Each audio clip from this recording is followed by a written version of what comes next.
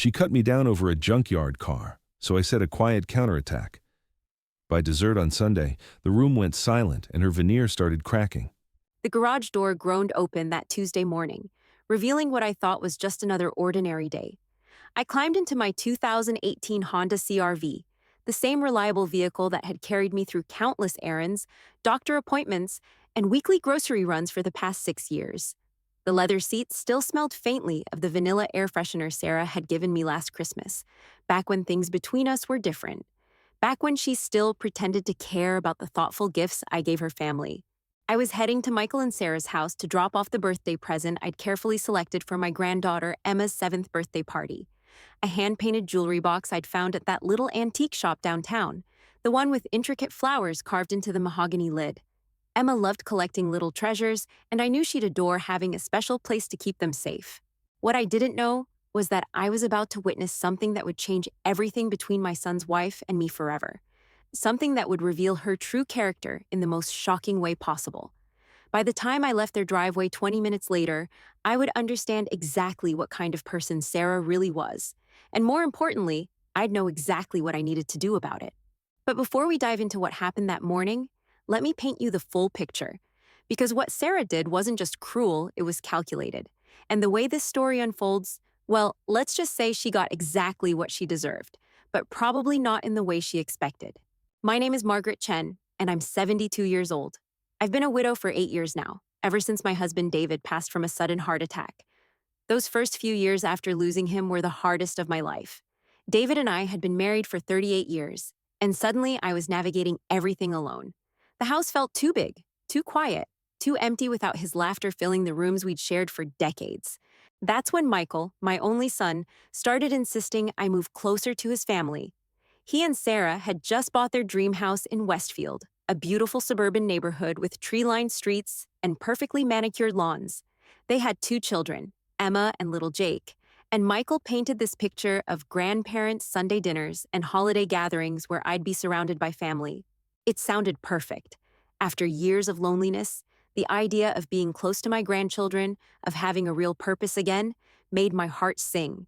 So I sold the house David and I had built together, packed up 40 years of memories, and moved to a modest apartment just 15 minutes from Michael's house. Close enough to help when needed, far enough to maintain my independence. For the first year, everything seemed wonderful. I was the doting grandmother who picked up Emma from school when Sarah had her book club meetings. I babysat on date nights, helped with homework, and made my famous chocolate chip cookies for every school event. Sarah would call me when Jake had a fever, and she needed someone to watch Emma. I'd drop everything and rush over, grateful to be needed, grateful to be part of their lives. But gradually, things started to shift. The requests for help became expectations. The polite thank yous disappeared. Sarah's tone when she spoke to me grew shorter, more impatient, like I was an inconvenience rather than family. When I'd arrive to babysit, she'd already be heading out the door, barely acknowledging my presence beyond a quick list of instructions. I told myself it was just the stress of raising 2 young children. Sarah worked part-time at a marketing firm, and I knew juggling career and family was challenging. I made excuses for her behavior, convinced myself that deep down she appreciated everything I did for their family. The truth was, I was desperate to maintain my connection to Michael and the grandchildren. After David died, they were all I had left. So I swallowed every small slight, every dismissive comment, every moment when Sarah made me feel like I was intruding rather than helping. I convinced myself that family meant accepting people's flaws, that love meant being patient, even when patience felt impossible. Looking back now, I can see how naive I was, how I'd trained Sarah to treat me like a convenient service rather than a family member. Every time I said yes when I wanted to say no, every time I smiled when she hurt my feelings, every time I prioritized keeping peace over demanding respect, I was teaching her that my dignity was negotiable. But that Tuesday morning, as I pulled into their circular driveway with Emma's birthday present carefully wrapped in the passenger seat, I had no idea that everything was about to change. I had no idea that Sarah's mask was about to slip completely, revealing the person she'd been hiding beneath all those forced smiles and fake pleasantries. The house looked picture perfect as always. Sarah had a gift for staging their life to look like something out of a home decorating magazine. The front lawn was emerald green without a single weed, bordered by perfectly trimmed hedges and seasonal flowers that she replaced every few months. The wraparound porch held matching wicker furniture with coordinated cushions, and hanging baskets overflowed with trailing petunias. Everything about their home screamed success and sophistication. Michael had done well for himself in commercial real estate, and Sarah made sure everyone knew it. She drove the latest model luxury SUV, wore designer clothes to the grocery store, and their children attended the most expensive private school in the district. Not that I judged them for their success. David and I had worked hard too, and we'd been comfortable in our own way. But where we'd been modest about our achievements, Sarah seemed to view wealth as a competition. She had a way of mentioning the cost of things, of name-dropping expensive brands, of making sure everyone understood exactly how much their lifestyle cost. I parked my CRV behind her gleaming white Escalade and gathered Emma's present from the passenger seat. The morning sun was bright and warm, promising a perfect day for a 7-year-old's birthday celebration. Through the front windows, I could see colorful balloons and streamers, evidence of the elaborate party Sarah had been planning for weeks. As I walked toward the front door, I felt that familiar flutter of anxiety I'd grown accustomed to when visiting their house. That subtle tension of never knowing what version of Sarah I'd encounter. Would she be the gracious hostess who welcomed me warmly? Or would she be the impatient woman who made me feel like I was interrupting something more important? I rang the doorbell and waited, listening to the sounds of children's laughter and adult conversation drifting from inside. Emma's birthday party was already in full swing, and I was looking forward to seeing my granddaughter's face light up when she opened her present. The door swung open, and Sarah appeared in a flowing sundress that probably cost more than my monthly grocery budget. Her blonde hair was styled in perfect beach waves, her makeup flawless despite the chaos of hosting a children's party. She looked like she'd stepped off the pages of a lifestyle blog, every detail carefully curated to project effortless elegance. "Oh, Margaret," she said, her voice carrying that familiar note of resigned tolerance. "You're here." Not hello or welcome or thank you for coming, just acknowledgement of my presence, like I was a delivery person she'd been expecting. But I'd learned to read between the lines of Sarah's communications, and today felt different. There was something in her expression, a tightness around her eyes, that suggested she was barely containing some kind of emotion. "Happy birthday to Emma," I said brightly, holding up the wrapped jewelry box. "I hope she loves it." Sarah glanced at the present with the kind of polite disinterest she'd perfected over the years. "I'm sure it's lovely. Come in, but try to keep it brief. We have a lot of guests today, and I don't want the children getting overstimulated." "Keep it brief, at my own granddaughter's birthday party." The words stung, but I pushed the hurt aside and followed her into the house. The living room had been transformed into a princess wonderland, with pink and purple decorations covering every surface. A dozen children ran around in party dresses and tiny suits, while their parents clustered in the kitchen, wine glasses already in hand despite it being barely noon. I spotted Emma immediately, resplendent in a tiara and flowing pink dress, surrounded by a mountain of presents that looked like they'd been purchased at the most expensive toy stores in the city. My modest jewelry box suddenly felt inadequate, but I reminded myself that it wasn't about the cost. It was about the thought, the love, the connection between grandmother and granddaughter. "Grandma Margaret!" Emma squealed when she saw me, breaking away from her friends to wrap her small arms around my waist. This was why I put up with Sarah's attitude. These moments with my grandchildren made every slight, every dismissive comment, every uncomfortable interaction worth enduring. "Happy birthday, sweetheart," I whispered into her hair, breathing in the scent of her strawberry shampoo. "I have something special for you." But as I handed Emma her present, I noticed Sarah watching us with an expression I couldn't quite read. It wasn't the fond smile of a mother watching her child receive a gift from a loving relative. It was something colder, more calculating, like she was making mental notes about something. That should have been my first warning that this birthday party was going to be unlike any family gathering we'd ever had. That Sarah was building towards something, planning something that would change our relationship forever. But in that moment, surrounded by the chaos of a children's party, watching Emma's excited face as she felt the weight of her present through the wrapping paper, I was still the naive grandmother who believed that family love could overcome any obstacle. I had no idea that in just a few minutes, Sarah would reveal exactly what she thought of me, my car, and my place in their family. And I certainly had no idea that her revelation would set in motion a chain of events that would teach her the most expensive lesson of her life. Emma tore into the wrapping paper with the unbridled enthusiasm that only 7-year-olds possess. her eyes growing wide when she saw the intricate mahogany jewelry box. She traced the carved flowers with her small finger, clearly enchanted by the craftsmanship. "It's beautiful, Grandma Margaret. Look, it has a tiny ballerina inside that spins when you open it." She wound the small key and watched in delight as the delicate figure pirouetted to a gentle melody. Several of the other parents gathered around to admire the gift, commenting on the beautiful woodwork and asking where I'd found such a unique piece. For a moment, I felt proud, validated in my choice. This was exactly the reaction I'd hoped for. But Sarah's response cut through my satisfaction like a blade through silk. "How quaint," she said, her voice dripping with condescension. "It's very vintage. I'm sure Emma will find somewhere to put it." She said the word vintage, like it was synonymous with outdated or worthless, her tone making it clear that she considered my gift a charitable donation, rather than a thoughtful present. The other parents shifted uncomfortably, sensing the tension but not quite understanding its source. I felt heat creep up my neck, that familiar burn of embarrassment that Sarah had become so skilled at inflicting. But I forced a smile and focused on Emma's genuine joy, reminding myself that her happiness was what mattered. "Well, I should let you get back to the party," I said, starting to gather my purse. I'd learned over the years that extended visits often led to more opportunities for Sarah to make me feel unwelcome. "Actually, Margaret," Sarah said, her voice taking on that particular tone she used when she was about to ask for something. "Since you're here, would you mind running to the store? We're running low on ice, and I can't leave in the middle of the party." Of course, not "would you mind helping us out?" or "could I ask a favor?" Just the assumption that I would drop everything to handle her oversight. But what struck me wasn't the request itself, it was what happened next. "You can take my car," she continued, dangling her keys with an air of generosity that felt more like condescension. "It'll be faster than walking to yours."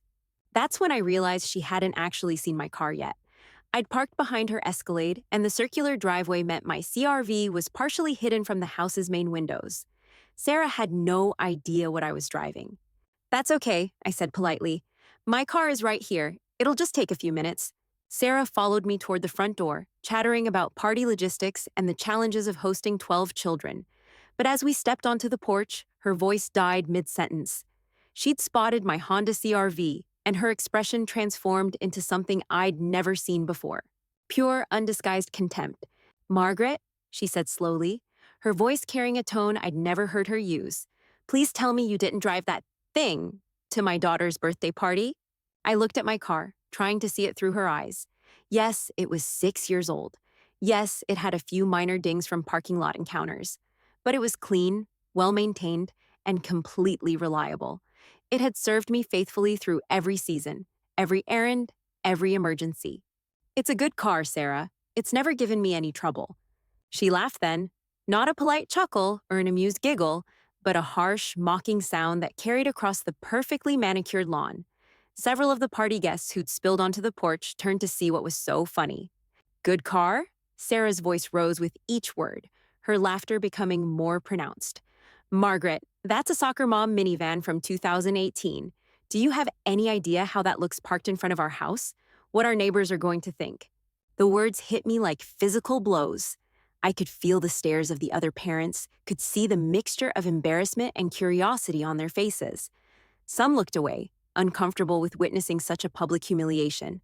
Others watched with the morbid fascination people have for car accidents.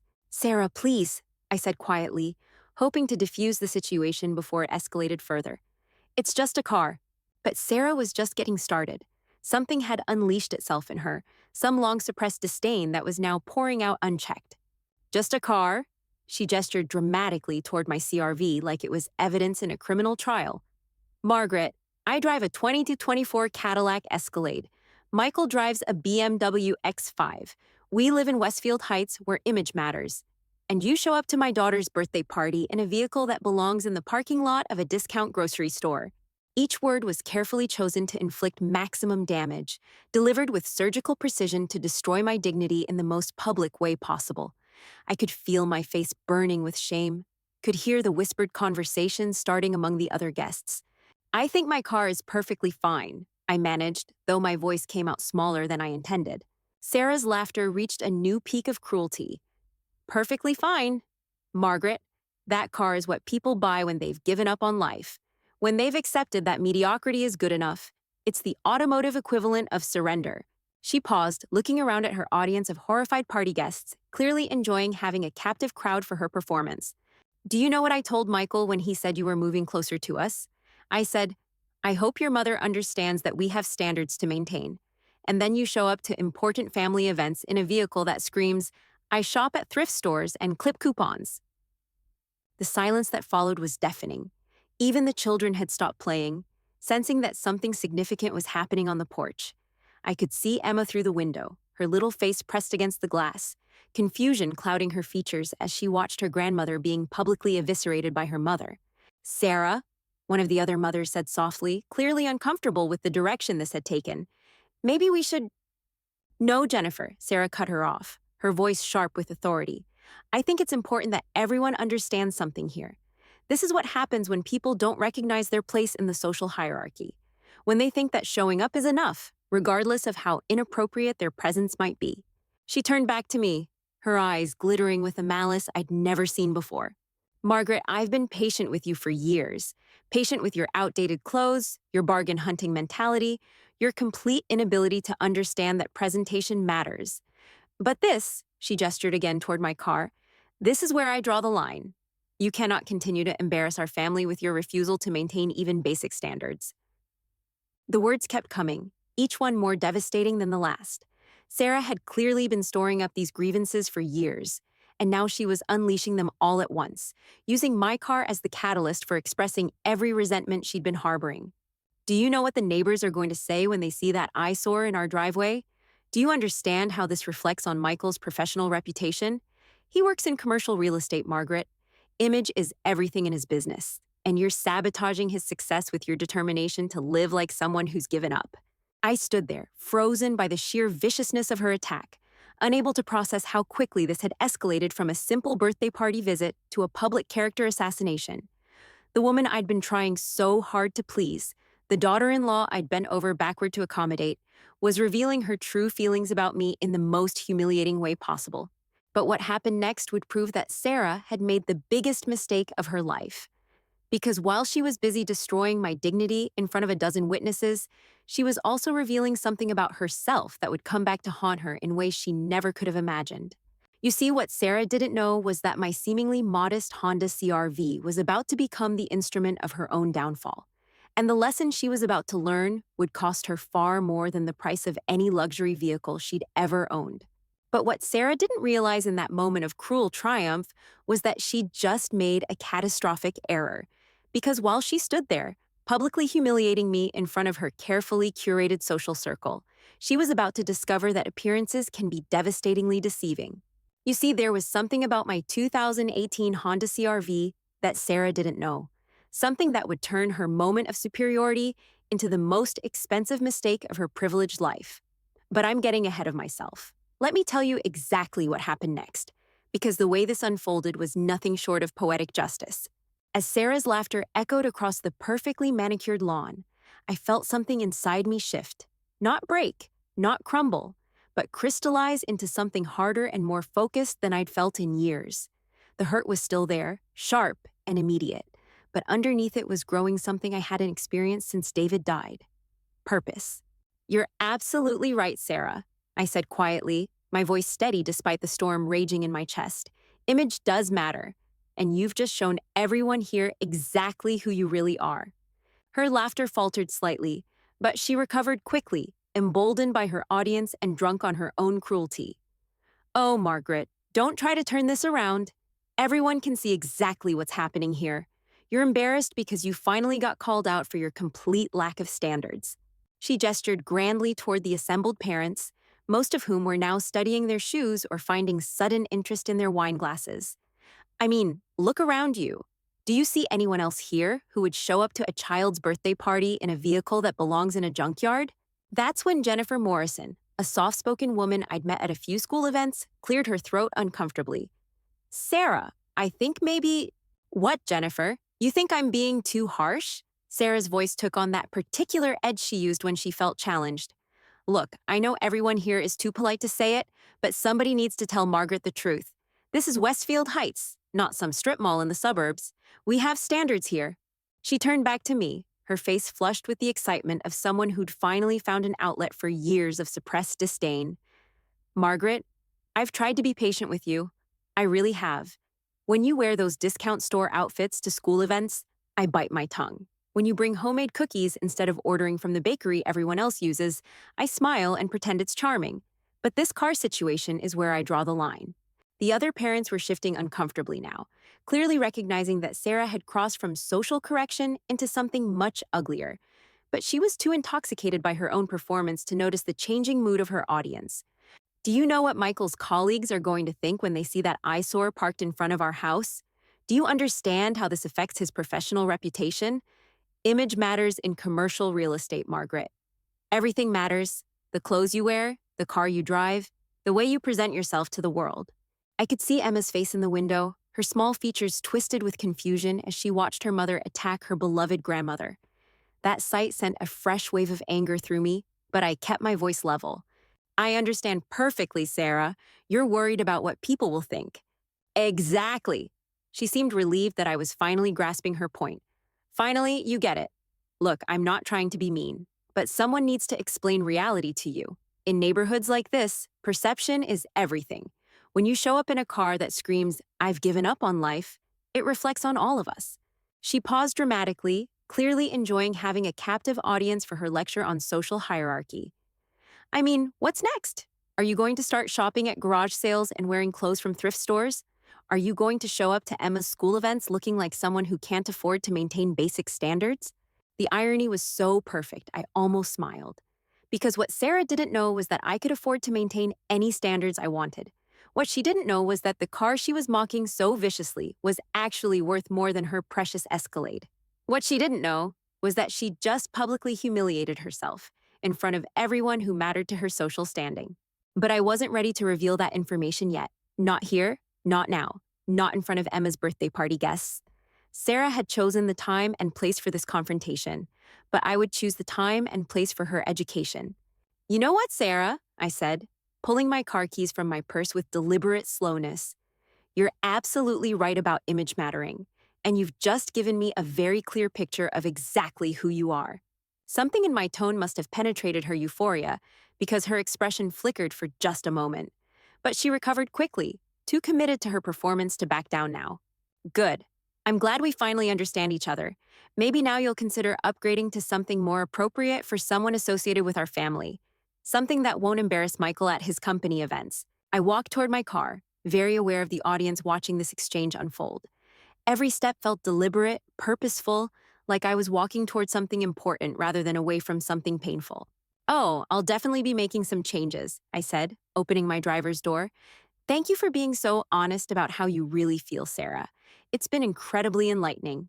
As I settled into my seat and started the engine, I could see Sarah basking in what she believed was her moment of triumph.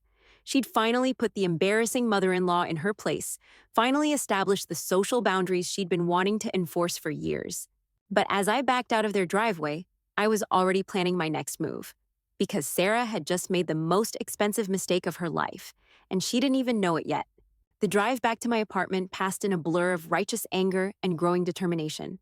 Sarah's words echoed in my mind, each cruel comment adding fuel to a fire that had been building for years.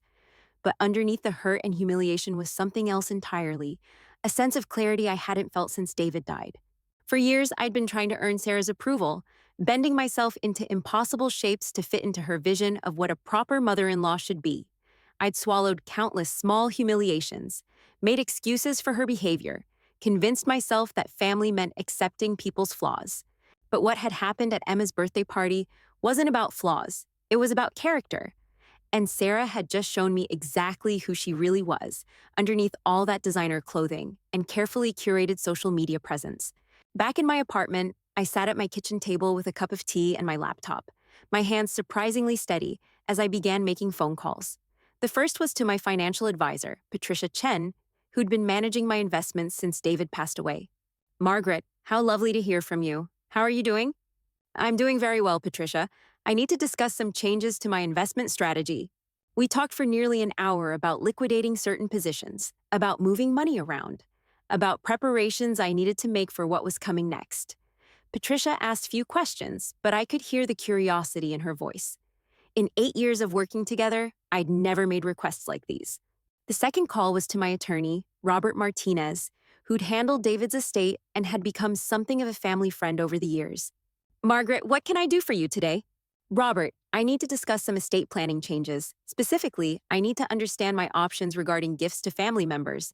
Another long conversation, this one filled with legal terminology and tax implications. Robert, like Patricia, seemed intrigued by the sudden shift in my planning, but he was too professional to pry into my motivations. The third call was the most important one. I dialed the number I'd memorized years ago, but had never had reason to use. Premium Auto Concierge. This is David speaking. Hello, David. This is Margaret Chen. I believe you have something that belongs to me. There was a pause, then the sound of computer keys clicking. Mrs. Chen. Yes, absolutely. We've been taking excellent care of it. Are you ready to take delivery? Yes, I think it's time. Can you have it delivered tomorrow afternoon? Absolutely. Same address we have on file. Actually, no. I'll text you a different address. And David, make sure it's detailed and perfect. This delivery is very important. After I hung up, I sat in the growing darkness of my apartment, thinking about the conversation I'd need to have with Michael. My son wasn't a bad person, but he'd allowed his wife to turn him into someone I barely recognized, someone who stood by silently while his mother was publicly humiliated at his daughter's birthday party. That conversation could wait, though. First, Sarah needed to learn exactly what kind of mistake she'd made, and tomorrow afternoon, she was going to get an education that would cost her more than any luxury vehicle she'd ever owned. I opened my laptop and began typing an email to my son, choosing my words carefully. The subject line read, Family Dinner, Sunday at 2 p.m. The message was brief and cordial, simply requesting that Michael and Sarah bring the children to my apartment for a family meal. Nothing in the tone suggested anything other than a grandmother's desire to spend time with her family. But what I didn't mention in the email was that Sunday's dinner would include some very special guests. And by the time dessert was served, Sarah would understand exactly what happens when you judge people based on appearances. The next morning, I woke with a sense of purpose I hadn't felt in years. I dressed carefully in one of my nicer outfits, did my hair, and put on the pearl earrings David had given me for our 30th anniversary. If image mattered as much as Sarah claimed, then I wanted to look perfect for what was coming. At exactly 2 p.m., I heard the rumble of a truck engine in the parking lot outside my apartment building. I looked out my window and smiled at what I saw. A pristine car carrier truck, the kind used to transport vehicles worth more than most people's houses. My phone buzzed with a text from David at Premium Auto Concierge. Delivery in progress. Vehicle is perfect. Enjoy, Mrs. Chen. I grabbed my purse and headed downstairs, my heart racing with anticipation.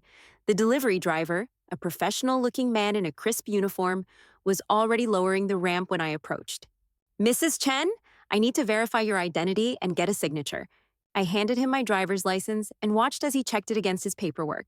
Everything looks perfect. Your vehicle has been maintained to factory specifications throughout the storage period. Oil changes, tire rotations, battery maintenance, everything exactly as you requested. As the ramp lowered completely, revealing what had been hidden on the upper level of the carrier, I felt a surge of satisfaction that was almost overwhelming. Because there, gleaming in the afternoon sunlight like a masterpiece of automotive engineering, was the reason Sarah's laughter was about to become the most expensive sound she'd ever made. The delivery driver handed me the keys with a smile. She's a beauty, Mrs. Chen. I hope you enjoy her. Oh, I was going to enjoy this more than he could possibly imagine, because in less than 24 hours, Sarah was going to discover that the car she'd mocked so cruelly was just a decoy, a practical daily driver I'd been using to blend in, to avoid drawing attention, to live quietly in a world where I'd learned that sometimes it was safer to hide your true circumstances. But hiding was over now. Sarah had forced my hand with her public humiliation, her cruel laughter, her complete lack of respect for the woman who'd been nothing but generous to her family for years. Tomorrow, she was going to learn that appearances can be deceiving in the most expensive way possible, and the lesson was going to cost her far more than the price of any luxury vehicle she'd ever owned. I spent that evening making careful preparations, each detail planned with the precision David used to apply to his business deals. The guest list for Sunday dinner required particular attention. I called my neighbor, Mrs. Patterson, whose husband ran the luxury car dealership downtown. Then I reached out to Jennifer Morrison, the woman who'd tried to defend me at Emma's party. Finally, I contacted my old friend Carol Williams, whose daughter worked as a society reporter for the local newspaper. Each conversation was casual, friendly, nothing that would raise suspicions. Just a lonely grandmother inviting people over for Sunday dinner, hoping to create a warm family gathering. I mentioned that Michael and Sarah would be bringing the children, and how much I was looking forward to everyone meeting. What I didn't mention was the surprise that would be waiting in the parking lot when they arrived. Saturday morning brought a call from Michael that I'd been expecting. Mom, about dinner tomorrow. Sarah's feeling a bit under the weather, and she's wondering if we could possibly reschedule. I could hear the strain in his voice, the careful way he was delivering what was obviously Sarah's message. She was having second thoughts about facing me so soon after her performance at the birthday party. Perhaps some of her friends had mentioned how uncomfortable the whole scene had made them feel. "Oh, that's too bad," I said warmly. "I've already prepared everything, and I've invited some lovely people for you all to meet. I think Sarah will particularly enjoy the conversation. Tell her I insist she come. Sometimes the best remedy for feeling poorly is being surrounded by family and friends." There was a pause, and I could practically hear him weighing his options. Michael had always been conflict-averse, caught between his wife's demands and his mother's feelings. For years, I'd made it easy for him by always backing down, always accommodating Sarah's wishes. "Mom, maybe it would be better if—" "Michael," I interrupted gently, "I haven't asked for much over the years. I've been understanding about missed holidays, canceled visits, all the times you've chosen Sarah's family events over mine. This one time, I need you to choose me. Can you do that for your mother?" The silence stretched long enough that I wondered if he'd hung up. When he finally spoke, his voice was quieter, more thoughtful than it had been in months. "You're right, Mom. We'll be there at 2 o'clock. "Wonderful. And Michael? Make sure Sarah wears something nice. I want her to feel comfortable with my other guests." Sunday morning arrived with perfect autumn weather, crisp and clear with golden sunlight streaming through my apartment windows. I spent extra time on my appearance, choosing an elegant navy dress David had always complimented, adding my good jewelry, styling my silver hair with particular care. The dining table was set with my finest china, the pieces I'd inherited from my mother and rarely used since David's passing.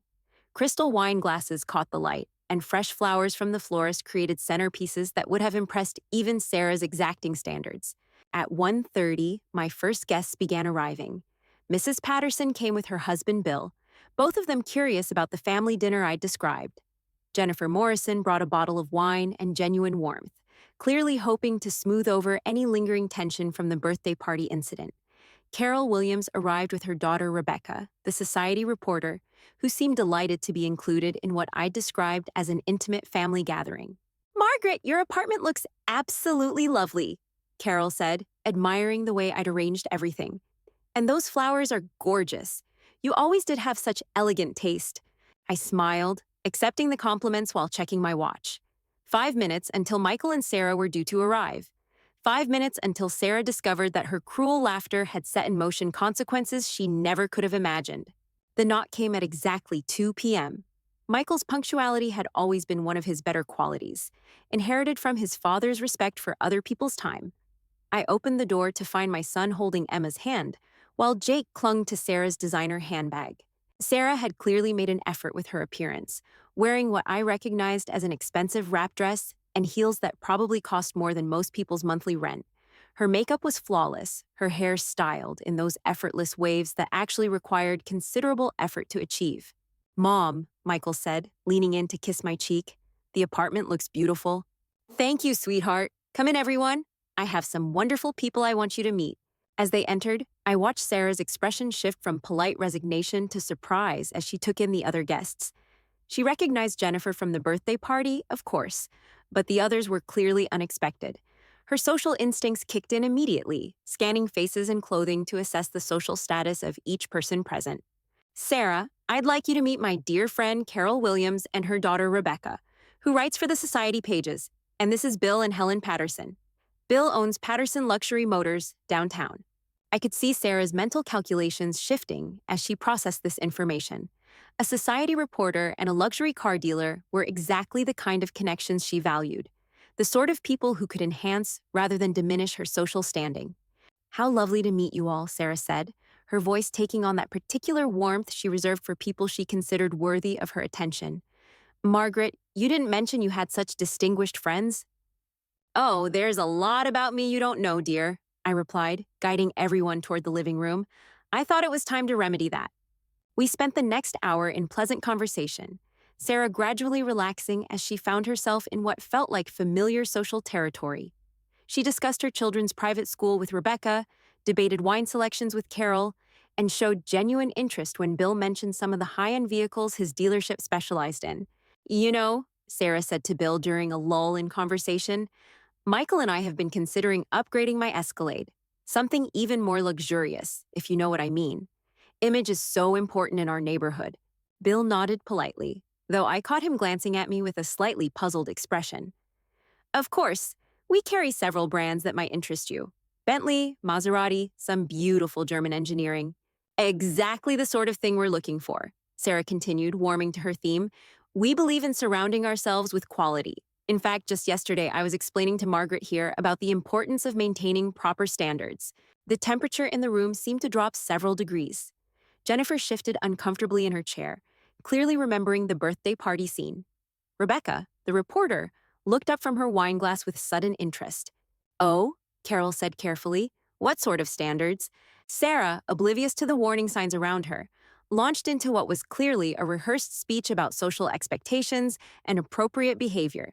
She managed to make it sound like she was providing helpful guidance rather than delivering cruel criticism, but the underlying message was unmistakable. For instance, Margaret was driving this absolutely dreadful little Honda to Emma's birthday party. I had to explain to her that in neighborhoods like ours, people notice these things. Image matters, especially when it reflects on family members who have professional reputations to maintain. The silence that followed was deafening. Bill Patterson's eyebrows rose toward his hairline. Rebecca had pulled out her phone and was taking notes. Even Michael looked uncomfortable with his wife's casual cruelty. A Honda CR-V? Bill asked slowly. Margaret, you drive a Honda CR-V?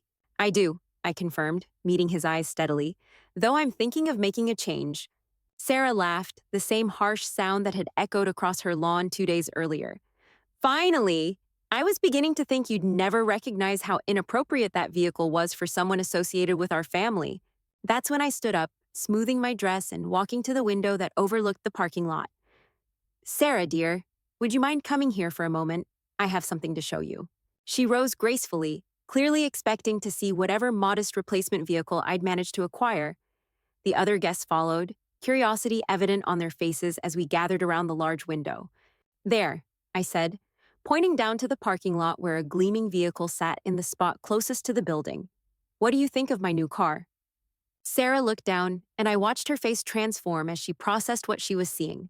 The blood drained from her cheeks, her mouth fell open slightly, and her hands began to tremble, because sitting in my parking space, looking like it had just rolled off a movie set, was a pristine Maserati Quattroporte. Deep midnight blue with chrome accents that caught the afternoon sun like jewelry. The kind of car that cost more than most people's houses, the kind of vehicle that appeared in magazines and dreams. That's not, Sarah stammered, pressing her face closer to the window as if proximity might change what she was seeing. Beautiful, isn't it? I said conversationally. I've had it in storage for years, ever since David passed. He bought it for my 60th birthday, but after he died, driving it felt too painful. So I kept it safely stored and drove the Honda for practical purposes. Bill Patterson let out a low whistle. Margaret, that's a GTS model, isn't it? Those are incredibly rare. I've only seen maybe 3 of them in person. Yes, David had very particular taste. He always said life was too short to drive boring cars. I turned to Sarah, whose face had gone from pale to bright red. You know, dear, you were absolutely right about image mattering. I realize now that I've been hiding who I really am, trying to blend in instead of being proud of what David and I built together. Rebecca, the society reporter, had moved closer to the window and was openly taking photos with her phone. Mrs. Chen, this is fascinating. You've been driving a Honda while you owned a Maserati? That's quite a story. Oh, there's more to the story than that, I said, savoring every word. You see, Sarah made such a compelling argument about the importance of proper vehicles that I decided to make some changes, not just to what I drive, but to how I live. I walked back to my purse and pulled out a folder I'd prepared, handing it to Rebecca with a smile. These are photos of some other items David left me that I've kept in storage.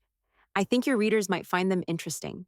Rebecca opened the folder, her eyes widening as she flipped through images of jewelry, artwork, and luxury items that spoke to a level of wealth that made Sarah's Escalade look like economy transportation. Margaret, Carol breathed, studying the photos over her daughter's shoulder. I had no idea David left you so well provided for.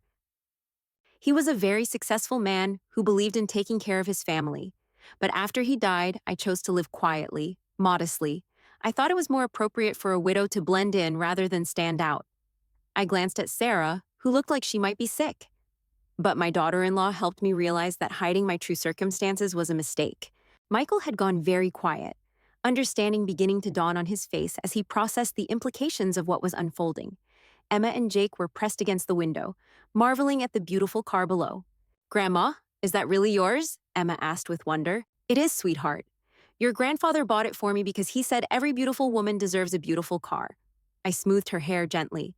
He also taught me that how people treat others says more about their character than any car ever could. Sarah finally found her voice, though it came out strangled and desperate. "Margaret, I had no idea. If you told us about your circumstances, I never would have." "Would have what, dear? Publicly humiliated me at your daughter's birthday party? Laughed at my car in front of your neighbors? Told me I was embarrassing your family?" My voice remained perfectly calm, but every word hit its target with precision.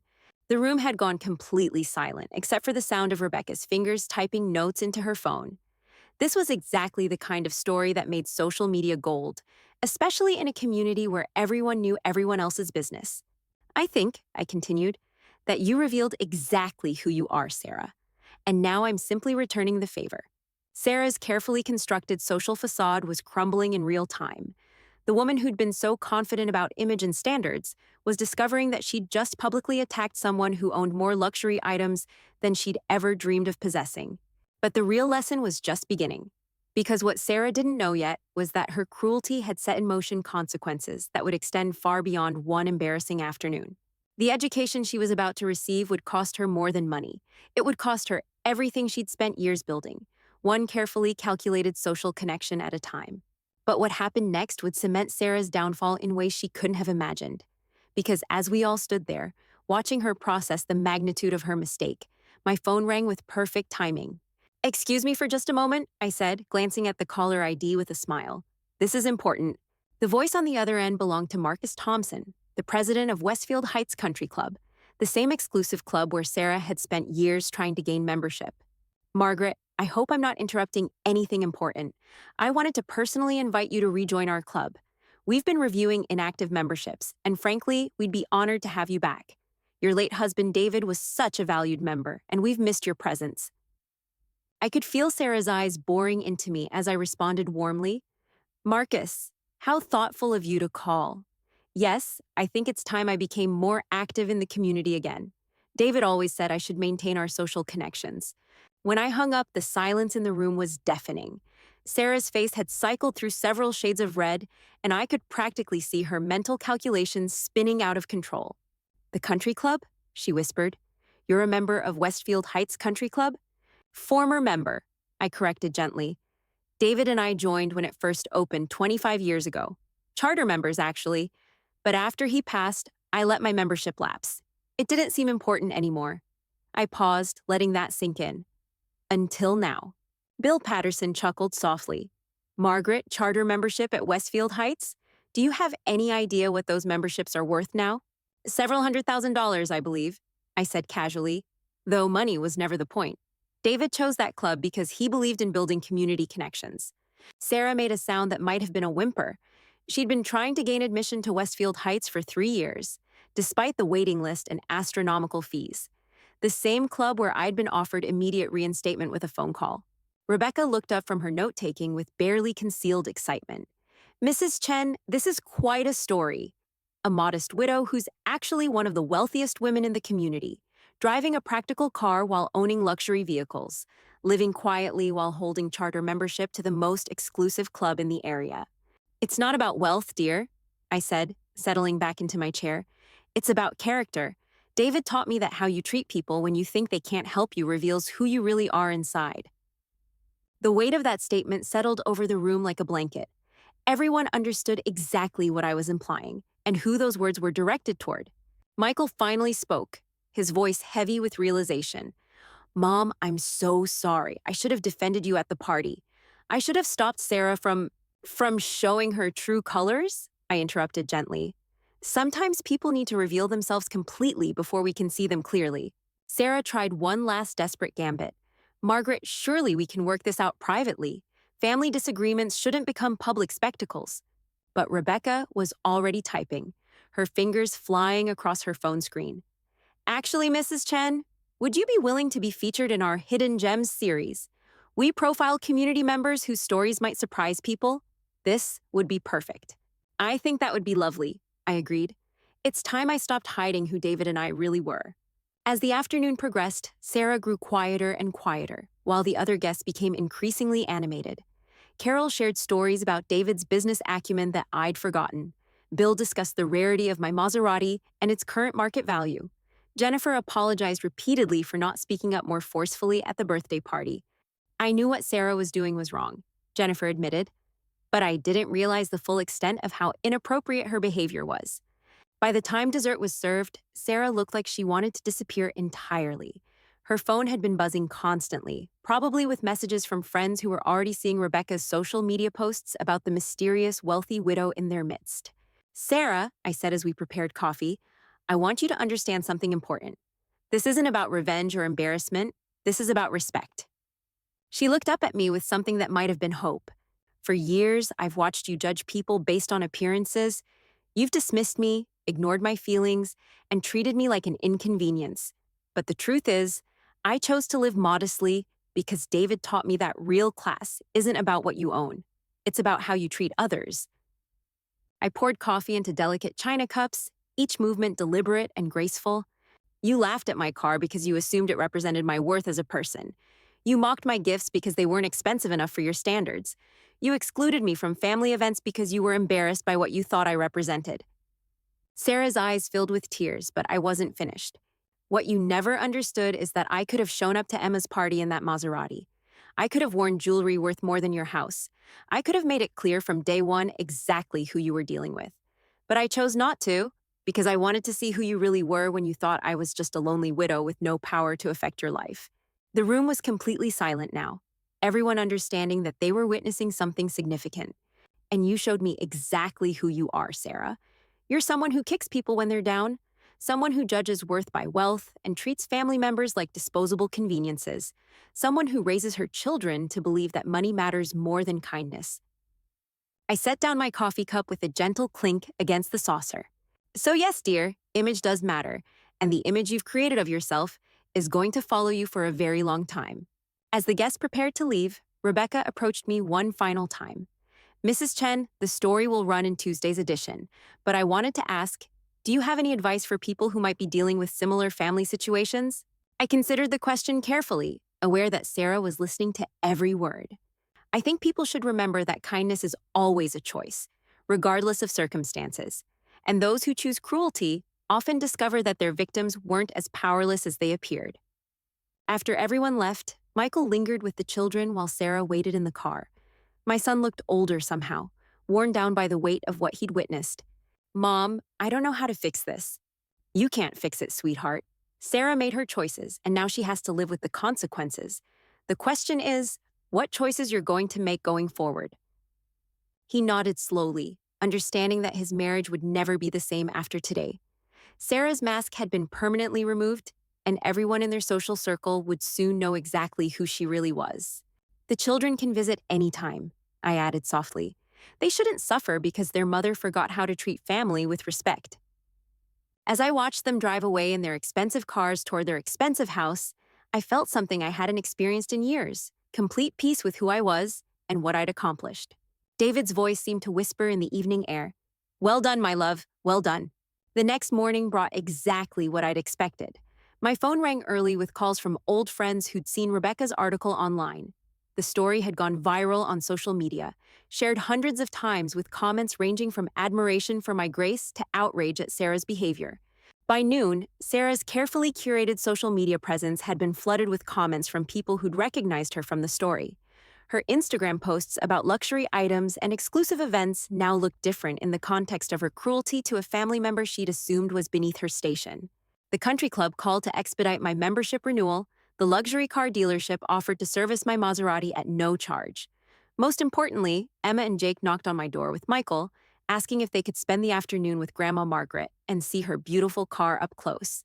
As I watched my grandchildren explore every detail of the Maserati, their faces bright with wonder and excitement, I realized that Sarah had actually given me an unexpected gift. Her cruelty had forced me to stop hiding, to reclaim the life David had built for us, to step back into the world with confidence and dignity. The modest Honda CR-V still sat in its parking space, and I'd keep driving it for practical errands. But now everyone would know it was a choice, not a limitation. The difference between those two things, I'd learned, was everything. Sometimes the best revenge isn't revenge at all. Sometimes it's simply letting people see exactly who you've always been and watching them realize exactly who they chose to become.